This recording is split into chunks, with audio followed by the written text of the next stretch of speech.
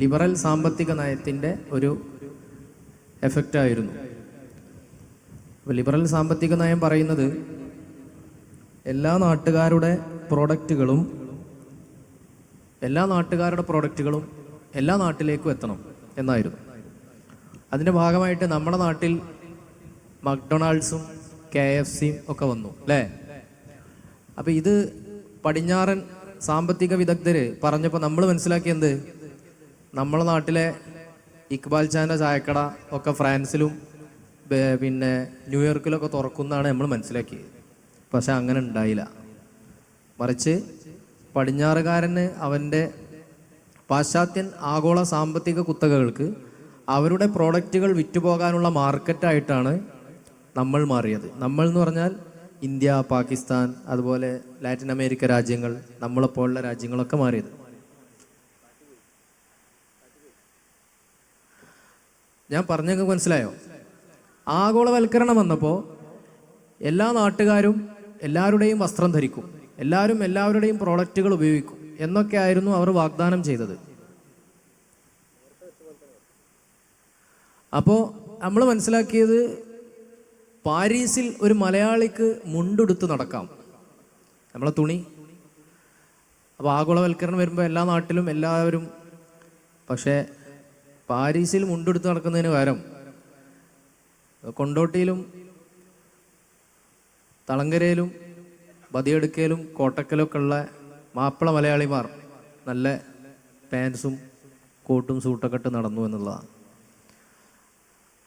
ഇപ്പം നിങ്ങൾക്ക് ഒരു ഏകദേശം ഐഡിയ ഇട്ടുണ്ടോ എന്താണ് ഈ ലിബറലിസം? എല്ലാവർക്കും സ്വാതന്ത്ര്യം എന്നുള്ള പേരിലാണ് അത് വരിക. പക്ഷേ നമ്മൾ മറ്റുള്ളവർക്കൊക്കെ സ്വാതന്ത്ര്യം കൊടുക്കും.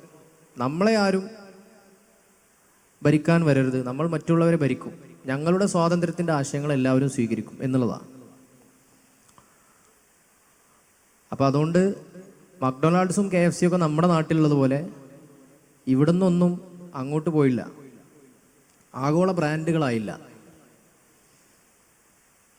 നമ്മുടെ നാട്ടിൽ ഉള്ള കച്ചവട ബ്രാൻഡുകളൊക്കെ നമ്മുടെ നാട്ടിൽ തന്നെ ഒതുങ്ങി. ലിബറലിസത്തിൻ്റെ ഒരു സാമ്പത്തിക ഏരിയ പറഞ്ഞതാണ്. ലിബറലിസം എന്ന് പറഞ്ഞാൽ ഉദാരവാദം എന്നുള്ള പേരിൽ ആധുനിക കാലത്ത് രൂപപ്പെട്ടതാണല്ലോ. ഇനി ലിബറലിസത്തിൻ്റെ ഒരു രാഷ്ട്രീയ രൂപം അത് പറയാം. ലിബറലിസത്തിൻ്റെ രാഷ്ട്രീയ രൂപം എന്ന് പറഞ്ഞാൽ അത് നേഷൻ സ്റ്റേറ്റുകളാണ്. നേഷൻ സ്റ്റേറ്റുകൾ എന്ന് പറഞ്ഞാൽ അതിൻ്റെ മലയാളം ദേശരാഷ്ട്രങ്ങൾ, ഇന്ത്യ, പാകിസ്ഥാൻ, ബംഗ്ലാദേശ്, ഭൂട്ടാൻ, മ്യാൻമർ എന്നൊക്കെ പറഞ്ഞ രാജ്യങ്ങളുണ്ടല്ലോ. ഈ രാജ്യങ്ങളാണ് ലിബറലിസത്തിൻ്റെ രാഷ്ട്രീയ രൂപങ്ങൾ. അപ്പോൾ ലിബറലിസം മുന്നോട്ട് വെക്കുന്ന സാമ്പത്തിക നയം പിന്തുടരുന്ന ലോകത്താണ് നമ്മൾ ജീവിക്കുന്നത്, അത് ഉറപ്പാണ്. ലിബറലിസം മുന്നോട്ട് വെക്കുന്ന രാഷ്ട്രീയ നയം പിന്തുടരുന്ന ലോകത്താണ്, ആ ലോകത്തുമാണ് നമ്മൾ ജീവിക്കുന്നത് അല്ലേ. നേഷൻ സ്റ്റേറ്റുകൾ ലിബറലിസത്തിൻ്റെ പ്രോഡക്റ്റുകളാണ്. യഥാർത്ഥത്തിൽ ഇസ്ലാം എന്ന് മാത്രമല്ല, ലോകത്തുള്ള ഏത് മതപാരമ്പര്യങ്ങൾ എടുത്തു നോക്കിയാലും വ്യാജമായ അതിർത്തികളിൽ സ്ഥിതി ചെയ്യുന്ന ജീവിക്കുന്ന മനുഷ്യർ, എന്നിട്ട് ആ അതിർത്തിക്ക് അപ്പുറത്തുള്ള മനുഷ്യരെ അവർ വെറുക്കുന്നു, അവർ വെറുക്കുക, എന്നിട്ട് അവർ നല്ല ഇന്ത്യക്കാരായി മാറുക. ഉദാഹരണം, അങ്ങനെയുള്ള ഒരു ചിന്തയെ ലോകത്ത് മുമ്പ് ജീവിച്ചു പോയ ആരും പ്രോത്സാഹിപ്പിച്ചിട്ടില്ല, ചിന്തകരൊന്നും പ്രോത്സാഹിപ്പിച്ചിട്ടില്ല. രവീന്ദ്രനാഥ് ടാഗോറിൻ്റെ ഒരു സ്റ്റേറ്റ്മെൻ്റ് ഉണ്ട്, ബംഗാളി കവി. അദ്ദേഹം പറയുന്നത്, patriotism is not my final spiritual shelter, my refuge is humanity. I won't buy broken glasses with the price of diamond എന്നൊക്കെ അദ്ദേഹം പറയുന്നത്. അദ്ദേഹം പറഞ്ഞെന്താണെന്ന് വെച്ചാൽ, ഒരു പ്രത്യേക രാജ്യാതിർത്തി സങ്കല്പിക്കുക, എന്നിട്ട് അതിനകത്തുള്ള ആളുകളെ മാത്രം സ്നേഹിക്കുക, അതിൻ്റെ പുറത്തെ ആളുകളെ വെറുക്കുക. ഇതല്ല എൻ്റെ ആത്യന്തികമായ സ്പിരിച്വൽ ഷെൽട്ടർ. ഈ ഒരു സിസ്റ്റം അല്ല എനിക്ക് ആശ്വാസം പകരുന്നത്. മറിച്ച് മൈ റെഫ്യൂജ് ഈസ് ഹ്യൂമാനിറ്റി. എൻ്റെ ആത്മീയമായ അഭയം എന്ന് പറഞ്ഞാൽ അത് humanity, മാനവികതയാണ്.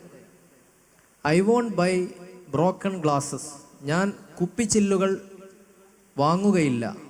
By the price of diamond, വജ്രം കൊടുത്ത് ഞാൻ കുപ്പിച്ചില്ലുകൾ വാങ്ങുകയില്ല. അപ്പോൾ വജ്രമാണ് എന്ത്? മാനവികത. കുപ്പിച്ചില്ലുകളാണെന്ത്? പ്രത്യേക ദേശാതിർത്തിയിൽ ഒതുങ്ങിയുള്ള ആളുകളെ മാത്രം സ്നേഹിക്കുക, അതിന് പുറത്തുള്ള ആളുകളെ വെറുക്കുക. എത്രത്തോളം അതിന് പുറത്തുള്ള ആളുകളെ വെറുക്കുന്നോ അത്രത്തോളം നമ്മൾ ഈ ദേശക്കാരനായി മാറുന്നു എന്നുള്ളൊരു ലോജിക്ക് അടിസ്ഥാനപരമായിട്ട് മുൻകാലത്ത് ജീവിച്ചു പോയ സമൂഹങ്ങളിലേ ഇല്ല. ഇസ്ലാമിലില്ല എന്നല്ല പറഞ്ഞത്, മുൻകാലത്ത് ജീവിച്ചു പോയ സമൂഹങ്ങളിലേ ഇല്ല. അന്ന് പ്രത്യേക സാമ്രാജ്യങ്ങളൊക്കെ ഉണ്ടാവും, ആ സാമ്രാജ്യങ്ങൾക്ക് കീഴിൽ ലോ ആൻഡ് ഓർഡർ ഉണ്ടാവും, അതിനനുസരിച്ച് ആളുകൾ ജീവിക്കും, അത്രേ ഉണ്ടായിരുന്നുള്ളൂ. എല്ലാ മനുഷ്യരോടും ഒരുപോലെ സ്നേഹമായിരുന്നു. ഇന്നിപ്പോൾ നമ്മുടെ നാട്ടിലെ സാഹചര്യം എന്താണ്? എത്രത്തോളം പാകിസ്ഥാൻകാരനെ വെറുക്കുന്നു അത്രമേലധികം ഇന്ത്യക്കാരനായി മാറുന്നു. അങ്ങനെയല്ലേ? Inversely proportional. The more you hate a Pakistani, the more you become an Indian and vice versa. അങ്ങനല്ലേ? അപ്പൊ ലിബറലിസം മുന്നോട്ട് വെച്ചത്, ആധുനിക സെക്യുലർ മോഡേണിറ്റി നമ്മോട് പറഞ്ഞത് ഇതാ, ഞങ്ങളുടെ കയ്യിലൊരു ആശയമുണ്ട്, നിങ്ങൾ നിങ്ങളുടെ മതങ്ങളൊക്കെ ഒഴിവാക്കിയിട്ട് ഇതാ ഞങ്ങളുടെ ആശയങ്ങൾ സ്വീകരിക്കൂ എന്ന് പറഞ്ഞപ്പോൾ അവർ തന്ന ആശയങ്ങളാണ് ഇപ്പോൾ ഈ പറഞ്ഞു തരുന്നത്. ഞങ്ങളുടെ കയ്യിലുള്ളതാണ് ഇതാ ഏറ്റവും മഹത്തരമായ ആശയങ്ങൾ, ഇത് മനുഷ്യരെ വിമോചിപ്പിക്കും, ദിസ് വിൽ ലിബറേറ്റ് ഹ്യൂമാനിറ്റി എന്നൊക്കെ പറഞ്ഞ് നമുക്ക് തന്ന ആശയങ്ങളുടെ അവസ്ഥയാണ് ഈ പറഞ്ഞുകൊണ്ടിരിക്കുന്നത്. ഇതിൻ്റെ സാമ്പത്തിക നയത്തിൻ്റെ ഒരു അവസ്ഥ നമ്മൾ ആദ്യം പറഞ്ഞു, ഇതിൻ്റെ രാഷ്ട്രീയ സംവിധാനത്തിൻ്റെ അവസ്ഥയും നമ്മളിപ്പോൾ പറഞ്ഞു.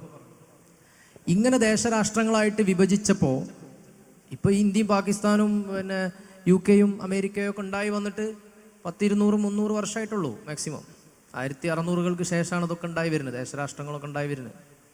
700-800 കാലഘട്ടങ്ങളിലൊക്കെയാണ് ഉണ്ടായി വരുന്നത്. ലോകത്ത് മഹായുദ്ധങ്ങൾ നടന്നത് ദേശരാഷ്ട്രങ്ങൾ ഉണ്ടായതിനു ശേഷം അല്ലേ? 20, 30, 40 മില്യൺ മനുഷ്യർ കൊല ചെയ്യപ്പെട്ടത്, ഒന്നാം ലോക മഹായുദ്ധത്തിലും രണ്ടാം ലോക മഹായുദ്ധത്തിലൊക്കെ കൊല ചെയ്യപ്പെട്ടത് ദേശരാഷ്ട്രങ്ങൾ, യൂറോപ്പിലെ ദേശരാഷ്ട്രങ്ങൾ തമ്മിലുള്ള അടിയുടെ ഭാഗമായിട്ടായിരുന്നു. എന്തിനാണ് അവർ യുദ്ധം ചെയ്തത്? ഒരു പ്രത്യേക രാജ്യാതിർത്തി, സാങ്കല്പിക അതിർത്തിയിൽ നിന്നുകൊണ്ടാണ് അവർ യുദ്ധം ചെയ്തത്. അങ്ങനെ ഒരു പ്രത്യേക രാജ്യാതിർത്തി, വ്യാജമായ അതിർത്തികൾ മനുഷ്യർക്ക് ആവശ്യമില്ല എന്ന് മലയാളത്തിലെ ഇടശ്ശേരിയെ പോലെയുള്ള കവികൾ വരെ പറഞ്ഞിട്ടുണ്ട്. അങ്ങനെ പലരും. ആധുനികത, നമ്മളൊക്കെ ആധുനികതയിൽ ജീവിക്കുന്നതുകൊണ്ട് ദേശരാഷ്ട്രത്തിനകത്തുള്ള ജീവിതം മാത്രമേ സാധ്യമാവുള്ളൂ എന്ന് നമ്മൾ സങ്കല്പിക്കുകയാണ്. ദേശരാഷ്ട്രങ്ങൾ രൂപപ്പെടുന്നതിന് മുമ്പും ഇവിടെ മനുഷ്യജീവിതം സാധ്യമായിരുന്നു, മനുഷ്യന്മാർ ജീവിച്ചിരുന്നു, സ്നേഹിച്ചിരുന്നു, എല്ലാം പങ്കുവച്ചിരുന്നു. ഞാൻ പറഞ്ഞു വരുന്നത്, ഇപ്പം രൂപപ്പെട്ട ഈ ലോക വ്യവസ്ഥ ഉണ്ടല്ലോ, ഈ വ്യവസ്ഥയെ ആരുണ്ടാക്കിയതാണ്? ആധുനിക സെക്കുലർ യൂറോപ്യന്മാർ അവരുടെ ആശയത്തിനനുസരിച്ച് രൂപീകരിച്ചെടുത്തതാണ്. അല്ലാതെ ലോകം ഉണ്ടായ മുതൽ ഇങ്ങനെയൊന്നുമല്ല എന്ന് നിങ്ങൾ തെറ്റിദ്ധരിക്കരുത്. Do you get me? എനിക്ക് പറയാവുന്നതിൽ ഏറ്റവും ലളിതമായ മലയാളത്തിലാണ് ഇപ്പോൾ ഞാൻ ഈ വിഷയം പറഞ്ഞുകൊണ്ടിരിക്കുന്നത്. ഇനി എന്തെങ്കിലും സംശയങ്ങളുണ്ടെങ്കിൽ നിങ്ങൾക്ക് ചോദിക്കാം, കുഴപ്പമൊന്നുമില്ലല്ലോ. ഒന്നാം ലോക മഹായുദ്ധത്തിൽ മില്യൺ കണക്കിന് ആളുകൾ മരിച്ചു, രണ്ടാം ലോക മഹായുദ്ധത്തിൽ മില്യൺ കണക്കിന് ആളുകൾ മരിച്ചു. എന്തിനു വേണ്ടിയിട്ടായിരുന്നു? പ്രത്യേകിച്ചൊരു മൂല്യത്തിന് വേണ്ടിയിട്ടാണോ? അല്ല. ദേശാതിർത്തികൾക്ക് മേൽ, വിഭവങ്ങൾക്ക് മേലുള്ള കുത്തക പിടിച്ചടക്കാൻ വേണ്ടി. അതുപോലെ ഫാസിസം വന്നു. ഫാസിസം ആധുനിക യുഗത്തിലാണ് വന്നത് അല്ലേ? ഒരു പ്രത്യേക വിഭാഗക്കാരെ മാത്രം പിന്നെ ശുദ്ധരക്തമുള്ളവരാക്കി മാറ്റുകയും മറ്റുള്ളവരൊക്കെ കൊല ചെയ്യപ്പെടുകയും ചെയ്യാന്നുള്ള സാഹചര്യം വന്നത് എപ്പോഴാണ്? ആധുനികതയിലാണ്. ലോക ചരിത്രം, മാനവ ചരിത്രം കണ്ടതിൽ വെച്ച് ഏറ്റവും വലിയ അടിമത്തം ഉണ്ടായത് സെക്യുലർ മോഡേണിറ്റിയിലാണ്, സെക്യുലർ ആധുനികതയിലാണ്. ഏതായിരുന്നു? ട്രാൻസ് അറ്റ്ലാന്റിക് സ്ലൈവറി എന്നാ പറയാം. ആഫ്രിക്കയിൽ നിന്നും അടിമകളെ അറ്റ്ലാന്റിക് സമുദ്രം വഴി കടത്തി അമേരിക്കയിലും യൂറോപ്പിലൊക്കെ കൊണ്ടുവന്ന് പണിയെടുപ്പിക്കുന്ന ആ അടിമത്തം, അത് ബ്രിട്ടീഷുകാർ കേരളത്തിലൊക്കെ നടപ്പാക്കിയിട്ടുണ്ട്. പക്ഷെ ഈ അടിമത്തത്തെക്കുറിച്ച് നമ്മൾ പഠിച്ചിട്ടില്ല. പക്ഷെ ഇസ്ലാമിലുള്ള അടിമത്തം, എൻ്റെ പൊന്നോ, എന്തോ ഒരു ആവേശമാണ് എല്ലാവർക്കും സംസാരിക്കാൻ. ആധുനികതയിൽ സംഭവിച്ച സ്ലൈവറി മനുഷ്യ ചരിത്രത്തിൽ അതിന് മുമ്പുണ്ടായിട്ടില്ല. യുദ്ധങ്ങൾ, ആധുനികതയിലുണ്ടായ യുദ്ധങ്ങൾ, കമ്മ്യൂണിസത്തിന്റെ പേരിൽ കൊല ചെയ്യപ്പെട്ടത്, ദേശീയതയുടെ പേരിൽ കൊല ചെയ്യപ്പെട്ടത്, ഫാസിസത്തിന്റെ പേരിൽ കൊല ചെയ്യപ്പെട്ടത്, ഇതിൻ്റെയൊക്കെ കണക്കെടുത്ത് നോക്കുകയാണെന്നുണ്ടെങ്കിൽ നബി സല്ലല്ലാഹു അലൈഹി വസല്ലം തങ്ങൾ ചെയ്യേണ്ടി വന്ന യുദ്ധങ്ങളിൽ കൊല ചെയ്യപ്പെട്ടത് വളരെ കുറഞ്ഞ ശതമാനം. നബി സല്ലല്ലാഹു അലൈഹി വസല്ലം ചെയ്ത മൊത്തം യുദ്ധങ്ങളുടെ കണക്കെടുത്തിട്ട് അതിൽ പങ്കെടുത്ത ആളുകളും കൊല്ലപ്പെട്ട ആളുകളും തമ്മിൽ നോക്കിയാൽ 100-1. നേരെ മറിച്ച് ആധുനികതയിൽ നടക്കുന്ന യുദ്ധങ്ങളോ പങ്കെടുത്ത ആളുകൾ കുറച്ചാണ്, പക്ഷെ കൊല ചെയ്യപ്പെട്ട ആളുകൾ കൂടുതലാണ്. കാരണം എന്താ? കൊല്ലലാണ് മെയിൻ. എങ്ങനെയാണ്? 1-ാം ലോക മഹായുദ്ധം 2-ാം ലോക മഹായുദ്ധമൊക്കെ നടക്കുമ്പോൾ പട്ടാളക്കാർ മാത്രമല്ല കൊല ചെയ്യപ്പെടുന്നത്. ടെക്നോളജി ഉപയോഗിച്ചിട്ട് വ്യാപകമായ വയലൻസ് മറ്റു രാജ്യങ്ങളിൽ ഉണ്ടാക്കി. സിവിലിയൻസും കൂടെ കൊല്ലപ്പെട്ടു. നബി സല്ലല്ലാഹു അലൈഹി വസല്ലം നടത്തിയ യുദ്ധങ്ങളിൽ സിവിലിയൻസ് അല്ല കൊല്ലപ്പെടുക, കൊല്ലാൻ വേണ്ടി ഇങ്ങോട്ട് വരുന്ന ആളാണ് തിരിച്ചങ്ങോട്ട് കൊല്ലുക. അല്ലാതെ ആ പരിസരത്തുള്ള എല്ലാവരെയും കൊല്ലുമോ? ഇല്ല. പക്ഷെ ആധുനികതയിൽ നടക്കുന്ന യുദ്ധങ്ങളിൽ കൊല ചെയ്യപ്പെടുന്നത് ആ മെഷീൻ ഗണ്ണോ തോക്കോ മിസൈലോ ഉപയോഗിക്കുന്ന ആൾ മാത്രമാണോ? അല്ല, സ്ത്രീകളും കുട്ടികളൊക്കെയാണ്. അപ്പൊ ഇങ്ങനെ ആധുനികത എന്ന് പറഞ്ഞാൽ അത് മനുഷ്യനെ വിമോചിപ്പിക്കാൻ പറ്റുന്നതാണ്. അത് മനുഷ്യന്റെ എല്ലാ വിമോചനങ്ങൾക്കും സാധ്യമായ ഒരു പ്രത്യയശാസ്ത്രമാണ്. അതിൻ്റെ ഏറ്റവും നല്ല ഐഡിയോളജിയാണ് സെക്യുലറിസം, ലിബറലിസം. അതൊക്കെ നിങ്ങൾ സ്വീകരിക്കണം. മതമൊക്കെ കൈയൊഴിയണം. മതം നിങ്ങൾക്കാവാം, അത് നിങ്ങളുടെ റൂമിൻ്റെ ഉള്ളിൽ നിങ്ങൾക്ക് ചെയ്യാം. ബാക്കിയുള്ള കാര്യങ്ങളൊക്കെ പബ്ലിക്കിലൊന്നും നിങ്ങൾ മതമായി വരരുത്. മതം വളരെ പ്രാകൃതമാണ്. ഇതാ നല്ലൊരു ഉത്തമമായ ഒരു ഐഡിയോളജി ഞങ്ങൾ തരാം, ഇതനുസരിച്ച് ജീവിച്ചുകൊള്ളൂ എന്നൊക്കെ പറഞ്ഞ് നമുക്ക് കിട്ടിയ ഈ തിയറികളാണെന്ത്? ജീവിത വ്യവസ്ഥയാണെന്ത്? ഈ പറഞ്ഞ ലിബറലിസം, അതുപോലുള്ള സെക്യുലറിസം പോലുള്ള ഐഡിയകൾ. സെക്യുലറിസം എന്ന് പറഞ്ഞാൽ ഇന്ത്യൻ സെക്യുലറിസം അല്ല കേട്ടോ, അത് ഗാന്ധിജി റീഡിഫൈൻ ചെയ്ത് വേറൊരു സാധനമാക്കി മാറ്റിയതാണ്. ഇന്ത്യൻ സെക്യുലറിസം എന്ന് പറഞ്ഞാൽ എന്താ? ഹിന്ദുവും മുസ്ലിമും സിഖും പാഴ്സിയും ജൈനനും എല്ലാവരും സമഭാവനയോടെ, എല്ലാവർക്കും എല്ലാ മതക്കാരോടും സ്നേഹഭാവനയോടെ ജീവിക്കുക എന്നുള്ളതാണ് ഇന്ത്യൻ സെക്യുലറിസം. യൂറോപ്പിൽ നിന്ന് വന്നതാണ് യഥാർത്ഥ സെക്യുലറിസം. സെക്യുലറിസത്തിന്റെ അടിസ്ഥാനം അതാണ്. അതിൽ പറയുന്നത് എന്താ? അതിൽ പറയുന്നത് മതത്തിന് പബ്ലിക്കിൽ ഇടപെടാൻ അവകാശമില്ല. മതം പൊളിറ്റിക്സിലോ അല്ലെങ്കിൽ എക്കോണമിക്സിനെ കുറിച്ചോ അല്ലെങ്കിൽ ധാർമ്മികതയെക്കുറിച്ചോ ഒരഭിപ്രായവും പറയാൻ പാടില്ല. അതൊക്കെ നിങ്ങൾക്ക് നിങ്ങളുടെ വീടകങ്ങളിലാവാം. പബ്ലിക്കിൽ ഞങ്ങൾ പറയുന്നതാണ് നിങ്ങൾ കേൾക്കേണ്ടത്. പബ്ലിക്കിൽ ഞങ്ങൾ പറയുന്നതാണ് നിങ്ങൾ കേൾക്കേണ്ടത്. അപ്പം നമ്മൾ സാമ്പത്തിക ശാസ്ത്രത്തിൽ പലിശ വലിയ പ്രശ്നമാണെന്ന് പറഞ്ഞാൽ അത് മതത്തിൻ്റെ സാധനം, അത് ഇവിടെ കൊണ്ടുവരരുത്. എന്നാൽ ലിബറലിസം പറയുന്നതോ പരസ്പര മത്സരങ്ങളാവാം, പണം കുത്തകവൽക്കരിക്കാം, പലിശ വ്യവസ്ഥ ഉണ്ടാവാം, അതിന് കുഴപ്പമില്ല. എന്നിട്ട് പാവങ്ങൾക്ക് ലോണ് കൊടുക്കാം. അവിടെ അതിൻ്റെ തിരിച്ചടവ്, പലിശ കാരണം അതിൻ്റെ തിരിച്ചടവ് പറ്റാതിരിക്കുമ്പോൾ അവൻ്റെ സ്വത്ത് മുഴുവൻ കണ്ടുകെട്ടാം. ഇങ്ങനെയൊക്കെയുള്ള ഒരു പുതിയ സാമ്പത്തിക വ്യവസ്ഥ പോലും ഉണ്ടാക്കി. എന്നിട്ട് അവർ പറഞ്ഞു ഇതാണ് ഏറ്റവും സൂപ്പർ, നിങ്ങൾ മതം നൽകുന്ന വ്യവസ്ഥയൊക്കെ വളരെ മോശമാണ്. അത് പറഞ്ഞപ്പോൾ നമ്മൾ അതൊക്കെ വിശ്വസിച്ചു. അയ്യോ മതമൊക്കെ മോശമാണ്, നമുക്ക് ആധുനികത പറഞ്ഞത് കേൾക്കാം, നമുക്ക് ലിബറലിസം പറഞ്ഞത് കേൾക്കാം. അപ്പം എങ്ങനെയാണ് ഈ സംഭവം നമ്മളിൽ വർക്ക് ചെയ്യുന്നത് എന്ന് പറയാൻ വേണ്ടിയിട്ടാണ് ഞാൻ പറഞ്ഞത്. കുറച്ച് തിയററ്റിക്കലായിട്ടാണ് ഇപ്പോൾ പറഞ്ഞത്, കുറച്ചുകൂടെ ലളിതമായിട്ട് ഇനി ബാക്കി കാര്യങ്ങൾ പറയാം. റെഡി അല്ലേ? ലിബറലിസത്തിൻ്റെ സാമ്പത്തിക വശവും രാഷ്ട്രീയ വശവും നമ്മൾ പറഞ്ഞു. ഇനിയുള്ളത് ധാർമ്മിക വശമാണ്. ലിബറലിസം മുന്നോട്ട് വെക്കുന്ന ധാർമ്മികത എന്ന് പറഞ്ഞാൽ വ്യക്തിവാദമാണ്, ഇൻഡിവിജ്വലിസം. വ്യക്തി കേന്ദ്രീകൃതവാദം. വ്യക്തിയാണ് പ്രധാനമെന്നാണ്, സമൂഹമോ കുടുംബമോ അല്ല. ഒരു വ്യക്തിക്ക് അവൻ്റെ കാര്യങ്ങൾ സ്വയം തീരുമാനിക്കാനുള്ള അവകാശവും അധികാരവുമുണ്ട്. അതിൻ്റെ ഭാഗമാണെന്ത്? My body my right, my body my choice. എൻ്റെ ശരീരം എൻ്റെ അവകാശം. ഞാൻ ഇഷ്ടമുള്ളതുപോലെ നടക്കും, ഞാൻ ഇഷ്ടമുള്ള ആളുകളെ പ്രേമിക്കും, ഞാൻ ഇഷ്ടമുള്ള സ്ഥലത്തേക്ക് പോകും. എന്നെ എൻ്റെ അധ്യാപകർ നിയന്ത്രിക്കണ്ട, എന്നെ എൻ്റെ രക്ഷിതാക്കൾ നിയന്ത്രിക്കണ്ട. ഇതെല്ലാം എൻ്റെ ജന്മാവകാശമാണ്, മൗലികാവകാശമാണ്. ഈ വാദമാണ് വ്യക്തിവാദം. അപ്പം ഈ വ്യക്തിവാദത്തിനകത്ത് ഒരുപാട് പ്രശ്നങ്ങളുണ്ട്. കാരണം പേരൻസ്, നമ്മുടെ രക്ഷിതാക്കൾ, അവരാണ് നമ്മളെ ഗർഭം ചുമന്നത്. ഗർഭത്തിനാവശ്യമുള്ള കാര്യങ്ങളൊക്കെ ഉമ്മാക്ക് വാങ്ങിക്കൊടുത്തിട്ടും കെയർ ചെയ്തിട്ടും പരിഗണിച്ചിട്ടും കൊണ്ടു നടന്നത് വാപ്പയാണ്. പ്രസവിച്ച് കഴിഞ്ഞതിന് ശേഷം മുലയൂട്ടിയത് ഉമ്മയാണ്.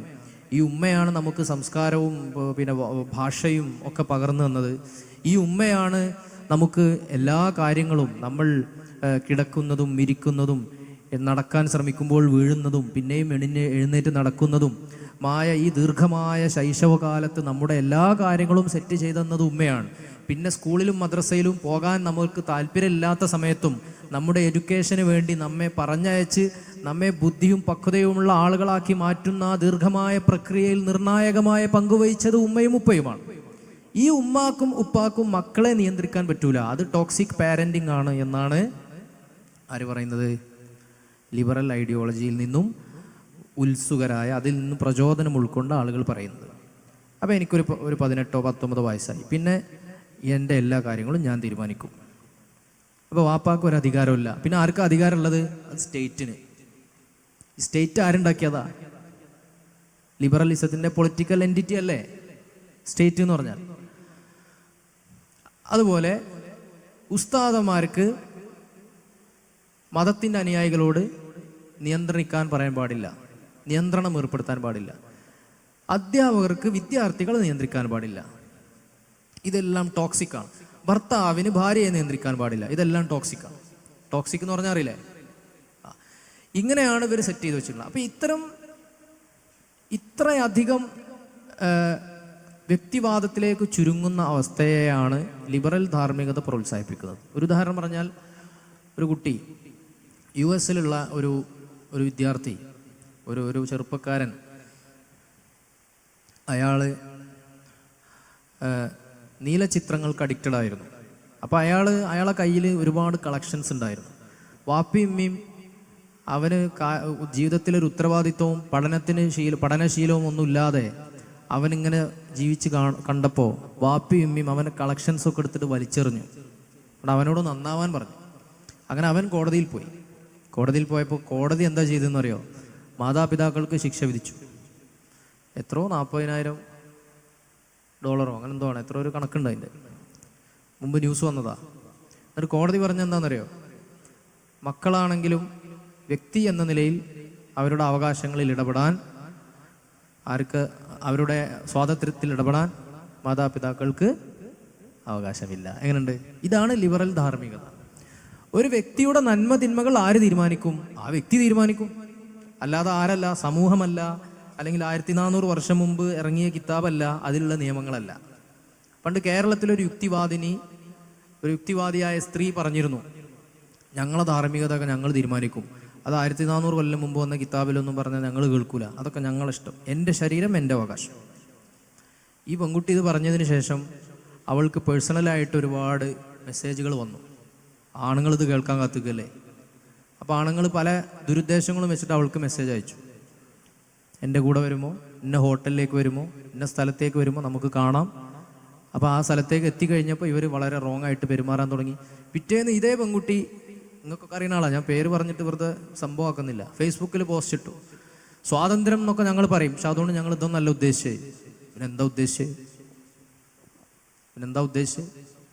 അപ്പോൾ ഇവരിങ്ങനെയൊക്കെ പറഞ്ഞപ്പോൾ മാന്യന്മാരായ ആണുങ്ങൾ തന്നെ അവളോട് ചോദിച്ചു, എന്ത്, എൻ്റെ കൂടെ വരാൻ സമ്മതമാണോ?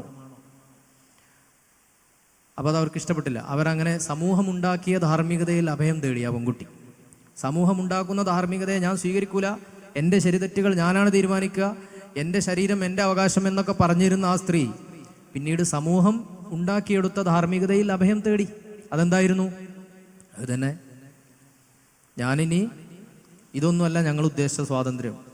ഞങ്ങളങ്ങനെ സ്വതന്ത്രരാണെന്ന് പറയുമ്പോൾ ഞങ്ങളോട് ഇഷ്ടം ഉണ്ടാവുമ്പോൾ വന്നിട്ട് ഞങ്ങളോട് റോങ് ആയിട്ടുള്ള കാര്യങ്ങൾ ചോദിക്കലല്ല സ്വാതന്ത്ര്യം എന്നവർ പറഞ്ഞു. അപ്പോൾ സമൂഹം ഉണ്ടാക്കിയെടുത്ത ഒരു ധാർമ്മിക വ്യവസ്ഥ ഇവിടെ ഉണ്ട്. അതിൻ്റെ തണലിലാണ് എല്ലാവരും ജീവിക്കുന്നത്. മതം കൈയാളുന്ന മനുഷ്യരുണ്ടാക്കിയ ധാർമ്മിക വ്യവസ്ഥ ഉണ്ട്. ഇപ്പം നിങ്ങളൊരു കടയിൽ പോയി, ആ കടയിൽ രുചി കൂടാൻ വേണ്ടിയിട്ട് നിങ്ങൾ വാങ്ങുന്ന ഭക്ഷണത്തിൽ മോശപ്പെട്ട രാസവസ്തുക്കൾ കലർത്തിയെന്ന് നമുക്ക് സംശയിക്കാം. ആരെയും സംശയിക്കാം, അല്ലേ? ആരെയും സംശയിക്കാം. വളരെ മാരകമായ നമ്മളെ കിഡ്നിയെയോ കരളിനെയോ ഒക്കെ ബാധിക്കാവുന്ന രാസവസ്തു അതിൽ കലർത്തിയിട്ട്, നമ്മളിപ്പോൾ കേൾക്കുന്നത് അജിനോമോട്ടോ കുറച്ച് കാര്യങ്ങളൊക്കെ അല്ലേ കലർത്തിയിട്ടുണ്ടാവുമെന്ന് നമുക്ക് കരുതാവുന്നതാണ്. പക്ഷേ പൊതുവേ മനുഷ്യന്മാർ തമ്മിലൊരു വിശ്വാസമുണ്ട്. അതെന്താണ്? മനുഷ്യന്മാരൊക്കെ നല്ലവരാണെന്നുള്ളൊരു അടിസ്ഥാന ട്രസ്റ്റ് ഉണ്ട്. ഈ ട്രസ്റ്റിൻ്റെ മേലല്ലേ നമ്മളൊക്കെ ജീവിച്ചു പോണത്.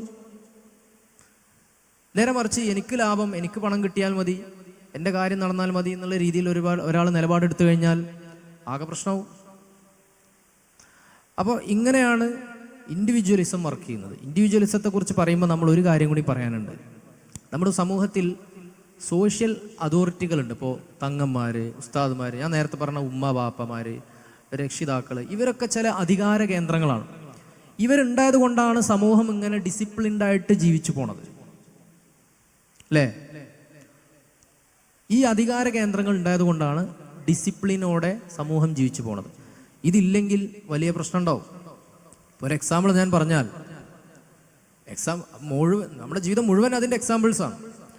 ഉസ്താദ് എന്ത് പറഞ്ഞ്, ഉസ്താദ് എന്തല്ലേ, ഉസ്താദ് എന്തല്ലേ, എന്നാൽ പിന്നെ അതനുസരിച്ച് ചെയ്യാം. തങ്ങളെന്ത് വല്ലി, തങ്ങൾ ഇന്നത് പറഞ്ഞു, എന്നാൽ പിന്നെ അതിനനുസരിച്ച് ചെയ്യാം. ഇത് നമ്മുടെ കൾച്ചറൽ ക്യാപിറ്റലാണ്. ഇത് ഉണ്ടാവുമ്പോഴേ സമൂഹം നിലനിൽക്കുള്ളൂ, അല്ലേ? കാരണം ഇതിൻ്റെ പ്രശ്നം ഒരു പോലീസും ഒരു പട്ടാളവും ഇല്ലാതെ സമൂഹങ്ങൾ നിയന്ത്രിതമായിട്ട് മുന്നോട്ട് പോകുന്നു എന്നുള്ളതാണ്.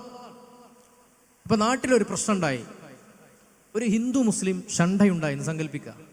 ആകെ പ്രശ്നമായി, ഒരാൾക്ക് കത്തിക്കുത്തൊക്കെ ഏറ്റ്. അപ്പോൾ നാട്ടിലെ ഇൻഫ്ലുവൻഷ്യലായൊരു ഉസ്താദ് പറഞ്ഞു, മക്കളെ, നിരപരാധികളെ പരിക്കേൽപ്പിക്കുക ഇസ്ലാമിൻ്റെ ഭാഗമല്ല, അതുകൊണ്ട് അതിൽ നിന്ന് വിട്ടു നിൽക്കണം.